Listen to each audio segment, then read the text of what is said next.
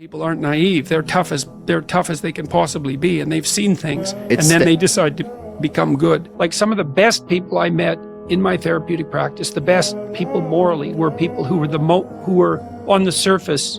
They had nothing going for them. No, nothing worldly going for them. They weren't attractive. They weren't intelligent. They weren't accomplished. They weren't popular. In fact, they were often friendless.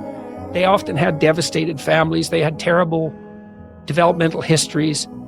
They just had devastated lives, and yet there was still a core of ethical goodness to them that was stunning under the circumstances, miraculous. And so that really takes you aback to see that can happen, right? To see that essential nobility of the human spirit. The hardest one is to tell the truth, or at least not to lie. Do you sometimes avoid telling the truth just to be kind? I try to be as kind as possible, but no. Good. I'm tempted to, because I'm fundamentally an agreeable person, but I'm convinced that it's better to face things when they need to be faced and to get to the bottom of things. A little of the poison that kills you will redeem you. Look upon that which you fear and grow. Right? That's the definition of growth. That's how you learn. You go out on the edge and you look at something poisonous and you get stronger. And you asked why we have a challenge in front of it. It's like, we're here to become stronger. We're not here to be protected. And you get stronger in proportion to your willingness to look at what terrifies you. If you betray me, then I have to see you differently. And if we've interacted a long time, I've built up a hell of a model of you. It's taken a tremendous amount of effort to generate. And I may have used that model as a predicate for all sorts of other plans, which is what you do with an intimate relationship. And so then if you do something that indicates a true mismatch, it isn't only that I have to adjust my actions.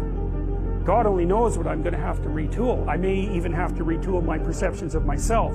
I'm a lot more gullible than I thought I was, for example, and God only knows what the implications of that are. If you're close to me and you could do this to me, is that my flaw? And am I carrying that into other relationships? It's an absolute catastrophe. The honesty of the person is, I don't think there's anything more important than whether or not the person you're with is doing their best to act out and tell you the truth.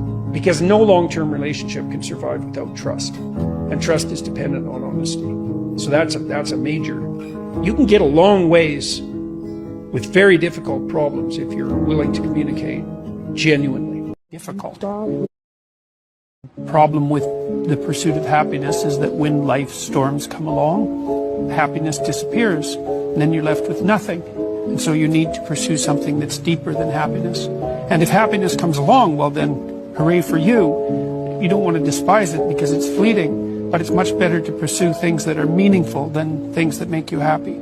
It's deeper, and it orients you more appropriately, and it keeps you centered in your own life. It makes you more useful for your family and your community. And it's a relief to young people to know that the baseline conditions of life are difficult, but that you can still prevail. This is the celebration of pride, the hedonistic celebration of pride. We have Pride Month. Well, what are we celebrating? First of all, how about we don't celebrate pride? Pride's a cardinal sin. And you might say, well, they don't mean pride. They mean, it's a group of oppressed people, and now they're just finding their identity and they're getting some security in that identity. So what they mean by pride is security in that identity. It's like the word's pride. That's the word that was chosen. So I don't care what the lies around that are. And it's pride in relationship, as far as I can tell, to nothing but hedonistic self-gratification. It's like your identity is going to be your sexual desire. That's your identity. Your sexual desire. Sexual desire is at the center of hedonism. So that means you've reduced your identity to the most immature and hedonistic part of you. The part that would exploit someone else for your own gratification, for example.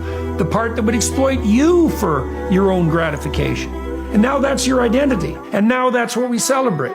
No, that's a very bad idea. That's the worship of the golden calf. Do you have something to say that you're not saying? If you do, then it's your fault. This is your fault. It's your problem. And you might say, well, I'm too afraid to talk. It's like, fair enough. How afraid are you not to talk? You know, people say to me frequently, they compliment me on my bravery, and I think, you don't understand. I'm not brave. I don't like conflict. I'm way more afraid of losing control of my tongue than I am of the consequences of saying what I have to say. Because I know what happens when we allow other people to control our tongues. It's not good. Do you have someone's... Very few people can function effectively without an intimate relationship. That's because you don't have anybody who's monitoring you over the medium to long run if you don't have an intimate relationship. And so how can you organize yourself intelligibly and sanely without the medium to long-term orientation? You just can't do it. And how can you tell if you're being a civilized human being if you're not bouncing your behavior off someone really close to you continually? You can't. That's right. You need the intimate relationship. You need the family, parents and siblings, children, for the... I have a tough time feeling proud of myself. Yeah. Yeah. And I just wanted to think about that with you for a couple minutes. Yeah, I just have a really tough time feeling you know, people are always like, you should feel proud of yourself, you know, and it's really tough for me to do that. Well, you know, pride is a cardinal sin, you know, and there's a reason for that. And there's a reason that pride goes before a fall. And I don't think you should be proud of yourself. I don't think that's the right terminology. Okay. And I think that's a place where our culture has really fallen off the rails. It's like, you should be convinced in your heart that you're doing the best you can with what you've been given, right? And hopefully that'll make you less anxious and it'll make you more hopeful. But, you know, you should have the same kind of regard for yourself that you have for someone that you love. And that's not pride. It would be lovely if you could orient your thoughts to yourself so that you could allow yourself to be pleased if you thrived. It's not pride. It's a recognition say it again. of... It would be nice if I could orient yourself to yourself so you would be pleased if you thrived. You imagine you have a son. You want your son to do well. Oh yeah, I already want him to do well, and he doesn't even exist. Yeah, well, that's it. Well, that's the attitude you should have towards yourself. Male patterns of antisocial behavior, and there are female patterns. And the male pattern tends to tilt towards physical violence, which is partly why almost everyone who's in prison is male, because we really put the clamps down on physical violence. Right. But the female antisocial pattern, which is well established, by the way, in the clinical literature, is reputation savaging, gossip mongering, and exclusion. So this is what chicks do as opposed to us. You bet. You're so right. Yeah, yeah. When men are like, I'll kill you. Yeah. And women are like, I'll make you kill yourself. Right. Yeah. I'll make you wish you were dead. Yeah, absolutely. No, I'll actually make you kill yourself because that happens a lot. That's online bullying, right? There are... But what happens is that they are then saying that being oppressed is being I don't know if the Holocaust... Yeah, well, this is the main issue. I mean, part of the reason that you see all this foolishness on university campuses, too, is because people have bought this idiot meta-Marxism, which is that the way to look at every social relationship that people ever have is through the lens of power.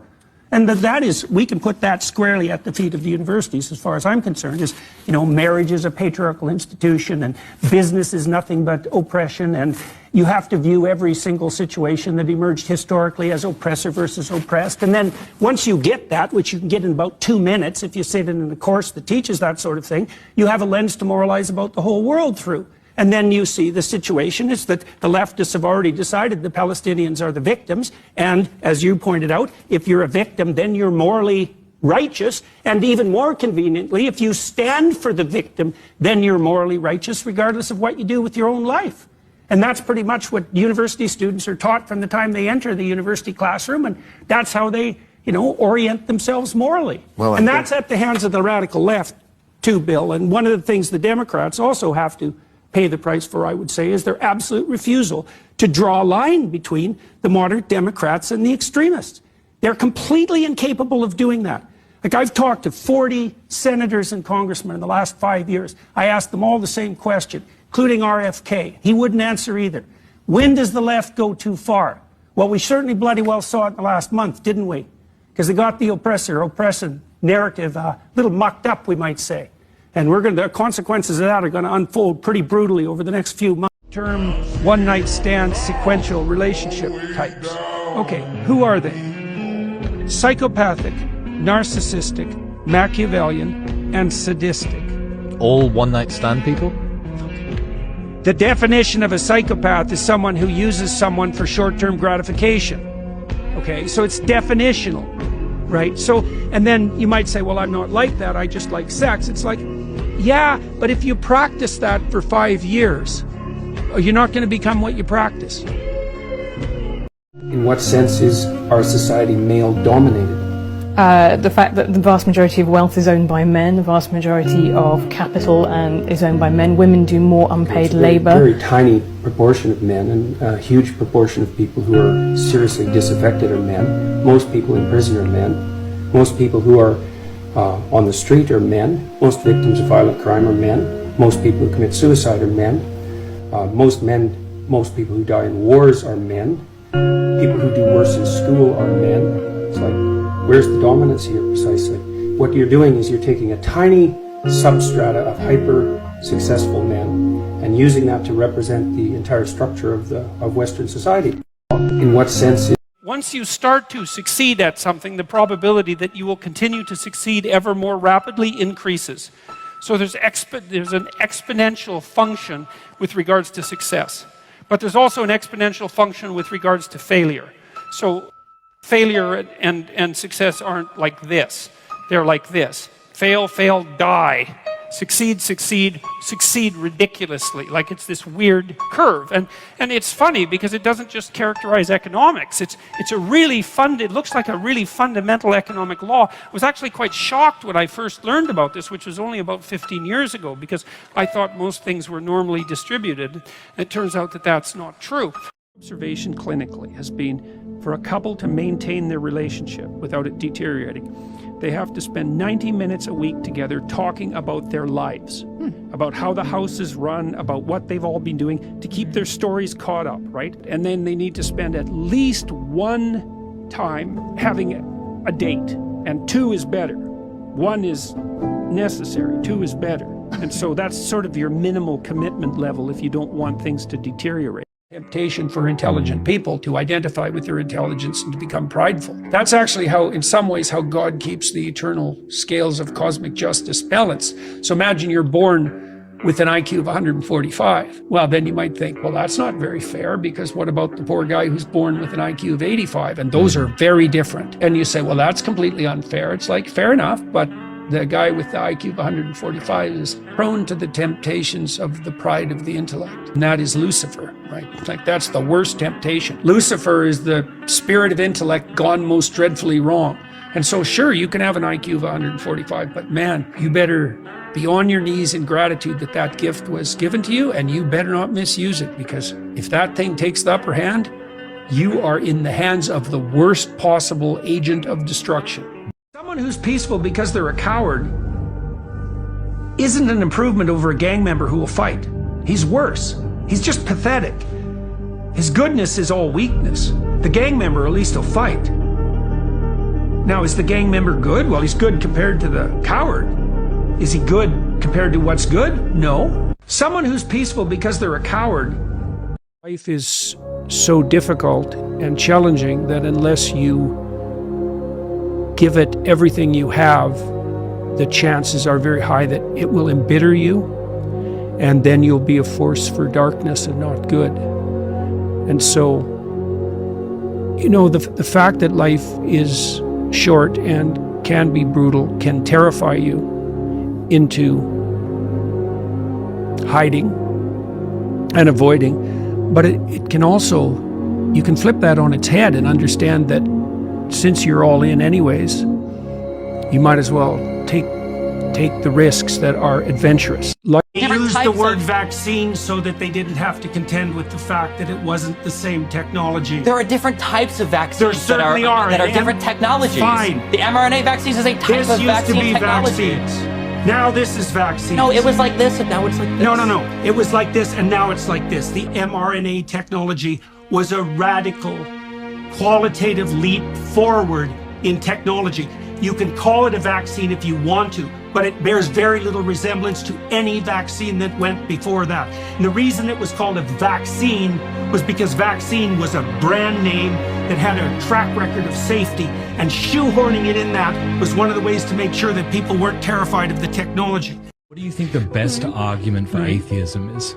I don't think there is a good argument for atheism. I think it's based on a fundamental misunderstanding about the nature of the world. So it's just, it's what would you say? It's an illegal chess move. Okay. This might just show that I don't understand you, but we'll get to it if I don't. The best argument for atheism. What's the best of the worst arguments? Materialistic determinism is the best argument for atheism. But isn't that a philosophical sort of assumption or axiom? That's a problem. Yeah. Like for me, I think it would be if this, and let's just choose the Christian God, if he exists and wants me to know him and save me, wouldn't he make it easier? Why does he make it so difficult? Why does he seem to hide? And because you have something to do. Okay. You have something important to do. It's no game. The price of life is death. It's not a game, right? There's evil too. You have something to do. It's not easy. In fact, it'll take everything you have. Everything. Right? That's why you're to consecrate everything to God. You're not an infant. And you're not being treated by God like an infant. You're being treated by God like someone responsible moral agent. He doesn't just want comfortable little pets in his habitat. Someone to be made in the image of God is to be someone who wrestles with potential. God isn't something you believe in. This is the thing. Or you could say that the way we conceptualize belief in the modern world is shallow. To believe in God is to commit your life. That's what the belief is. It isn't the statement, I believe in God. The statement can get in the way. It does all the time. It says in the Gospels, Christ himself says, not everyone who says, Lord, Lord, will enter the kingdom of heaven. Just because you say you believe something, it's like people say all the time that they're Christians. I'm a believing Christian. It's like, that's hard there, buddy. That's the most difficult possible commitment by definition. It's because it's the hoisting of the cross, right? Really, you're going to commit to that, are you? So here's what you're committing to. Painful, unjust death, accompanied by betrayal, the perfidy of the mob, and the dominion of the tyrant. And you're going to welcome that. And that's not all, because Christ harrows hell. That's not all, that's just where it starts. Full confrontation with malevolence. You're going to commit to that, are you?